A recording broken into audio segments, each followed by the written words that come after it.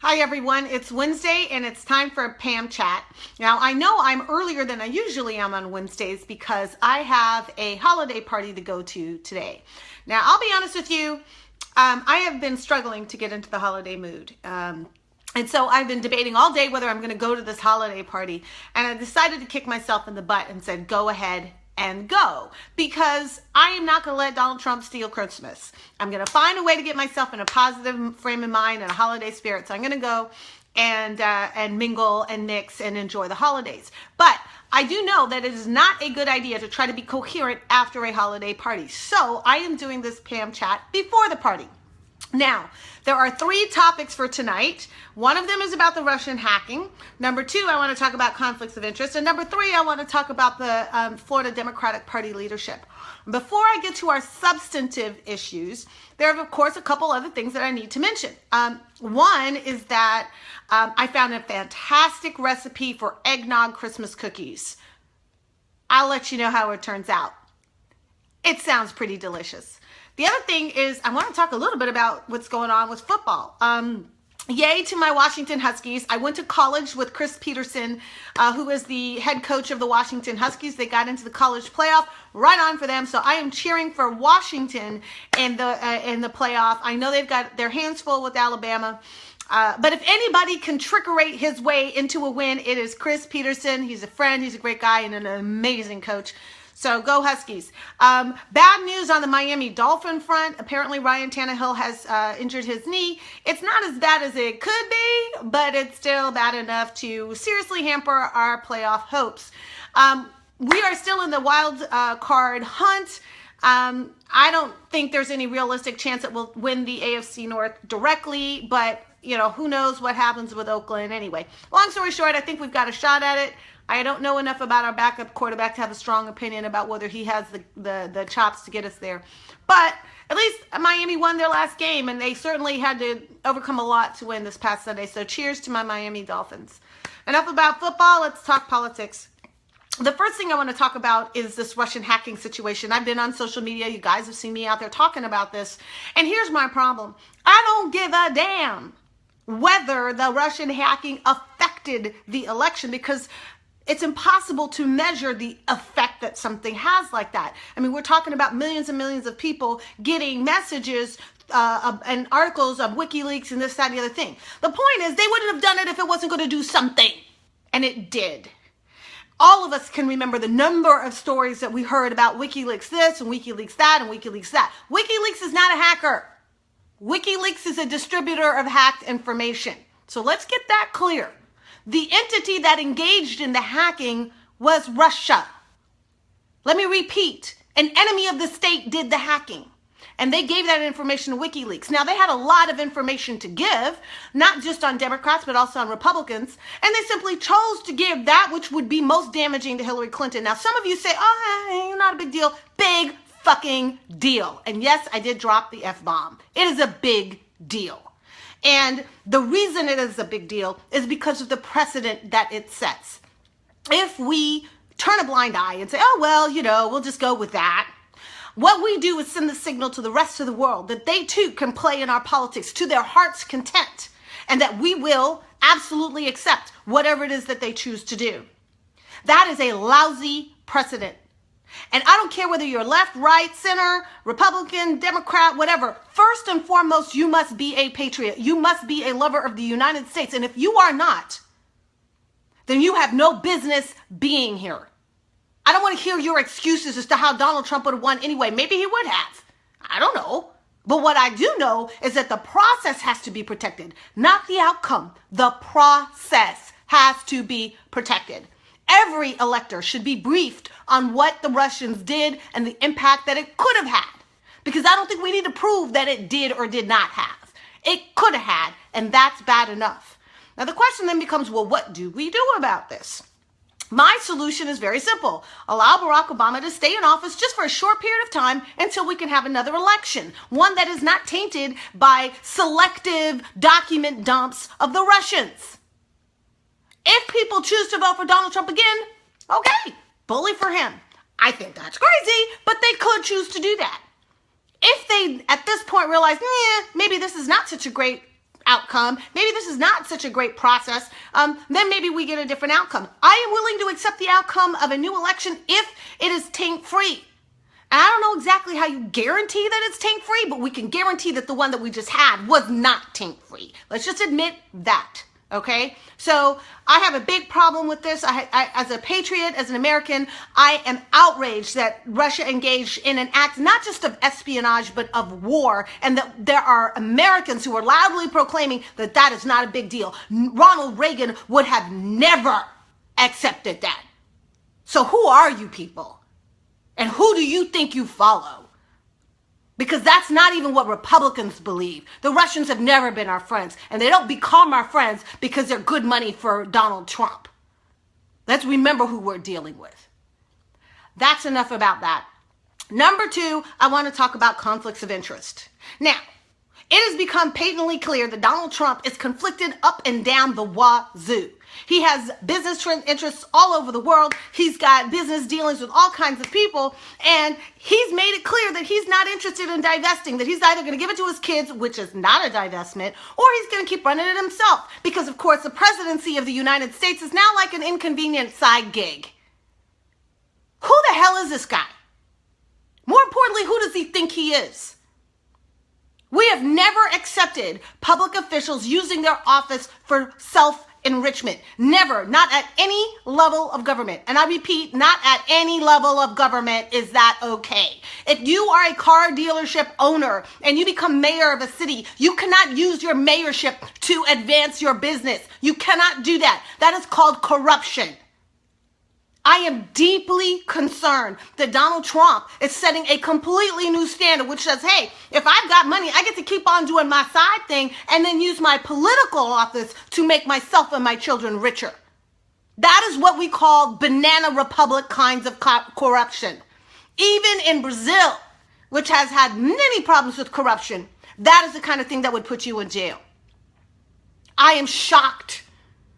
I am shocked that the people in Congress do not see this as a problem. Because it is bad enough to write laws that siphon public dollars into private hands, but it is something else altogether to allow those decisions to enrich one individual. It is morally bankrupt. It must be addressed. And I think now is the time for all of us who claim to love this country to stand up and say, not only no, hell no. That is not acceptable. And I have a sneaking suspicion that if Donald Trump were put in the position of having to choose between his business interests and his country, he will choose his business interests. Now, I don't know that to be true. I just think that's true. And we'll see. Because this man thinks of himself first, second, and third. He wants adulation. He wants all kinds of stuff coming to him. But at the end of the day, he is not interested in truly being the president of the United States. He has demonstrated that both in word and deed. The man is a nut. Now, let's move on to topic number 3, which is what's going on with the leadership of the Florida Democratic Party. As y'all know, I am a lifelong Democrat. It's all I've ever been. I've never been anything else. I am also a first-time candidate. Running for U.S. Senate was my first foray into politics. And a lot of people said I overshot, whatever. Whatever. I think I made a positive impact. But I learned a lot about running elections and running campaigns. And I think it's really important that some of that wisdom is shared with you. Now, if you live in Miami-Dade County, you know that there is quite a bit of infighting going on regarding the leadership of the Miami-Dade Democratic Party. I have already stated early on that I support Senator Dwight Bullard for that, for the role of state committee person or vice chair, whatever role he wants. I think he's a great guy, a good leader. He's got a good head on his shoulders and he's got a great heart. So I support Dwight. But here's the thing. Now we are involved in all of this backbiting and infighting and manipulations because the rules are so rigid that you have to engage in all of that to get any kind of quality people in the positions that you need. That's ridiculous. No, seriously, I'm not lying to you. We have rules that say that if a woman is in one position, you have to have a man in the other position and vice versa. Why? Why? Because we are such troglodytes now that we can't recognize talent in women and men? Oh my God. Here's my problem. The Florida Democratic Party is run like a club. It is a conglomeration of clubs and is led by a person who is a member of a club. But the problem is the Florida Democratic Party ought to have a mission that is not just clubbishness. It's supposed to be something material. It's supposed to help candidates win. It's supposed to raise money. It's supposed to be in voter engagement. It's supposed to be in grassroots organizing. And I've known all along as a candidate that our clubs and caucuses, as great as they are not given the resources to do what they're supposed to do. So mostly they're social. I'm not against sociality, not at all. But mostly they're social. People get together once a month. They do their 50-50 raffle. They see each other. They enjoy each other's company. And then at some point, the party leadership decides to try to spin them up to get them to do something. That is a terrible paradigm for moving forward. And I would like to think about another paradigm. See, what I think needs to happen is there needs to be an organization that has a structure where there is real leadership, real structure, goals and plans, accountability, talented paid staff that is permanent and works year-round to build the Democratic brand. Because if I were to ask you, what is the Democratic brand of Florida? I'm not sure anybody could tell you. Because there's one side of the party that's all about, the moving towards the Green Party, and there's another side that's all about just a half step away from the Republican Party. And if I were to ask you any one thing, any one issue that unified all of them, I'm not sure you could point it out. And that's our problem. We have no true north. We have no center. And that is creating a problem for us up and down the ticket. The other problem that we have is that we duplicate effort hither and yon. Every candidate basically has to create for themselves an entire campaign staff. Every candidate needs to have a PR person. Every candidate needs to have a social media person. Every candidate has to have, fundraiser and blah, blah, blah. Well, guess what? That costs a lot of money and it's duplicative effort. We have never figured out how to, do that in one fell swoop and then let candidates come to the party and get those resources. Instead, they got to come up with them themselves, which means they got to come up with their own money, which means that half of the candidates are inequality are kept out of the process altogether. We are duplicating effort. We are inefficient. We have no brand. Our brand is too muddy to be clear and repeated. Every candidate kind of comes up with their own slogan and their own issues, and none of it has any clarity or consistent unifying theme. We have a party structure that is focused principally on volunteers that work in club structure rather than paid staffers that work as an organization, as a corporation that has a mission, a purpose, and a plan. Now, I want you all to understand, I spend a lot of time with clubs and caucuses, and I love those people. They are committed. They are smart. They are decent. They work hard. They want the best for the state, for the party, and for people. They're wonderful people, but they are not being given the leadership and they are not given the resources or the structure to do what they truly can do. And that's something I think needs to be addressed. Now, those of you who follow me on social media know that I've posted lots of written stuff about what I think needs to happen. And I've posted, on Facebook and on Twitter and whatever. But the bottom line is this: our structure doesn't work. Period. I don't care who leads it. The structure doesn't work. That is my final conclusion. Now, does that mean we give up? Hells no. It just means that we need to think intelligently about another structure that might have a chance of actually succeeding. We have lost way too many races in a state that has more Democrats than Republicans. We need to rethink from the bottom up, And that's what I've been doing over the last 3 weeks. Now, that's the Pam Chat for Wednesday. Please ping me, write me, talk to me about whatever opinions you have. I do remain open-minded. If I'm completely off my rocker, tell me. Most of you will. And I will listen. Because I do think this should be an engagement process, not just me telling you what I think. I want to hear what you think as well. I'm going to post this on my personal page, on my Pam Kiefer Florida page, and you guys can share it to whomever you think should see it. And let's continue the discussion. But I am going to sign off so that I can now go to my holiday party. I'm going to have some eggnog or, probably red wine punch or something. And I'm going to kick my own butt into the holiday spirit because it needs to happen. And I'm not going to let somebody take my joy.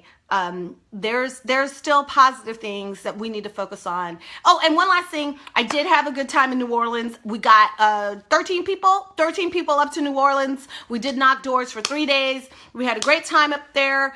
The weather was freezing.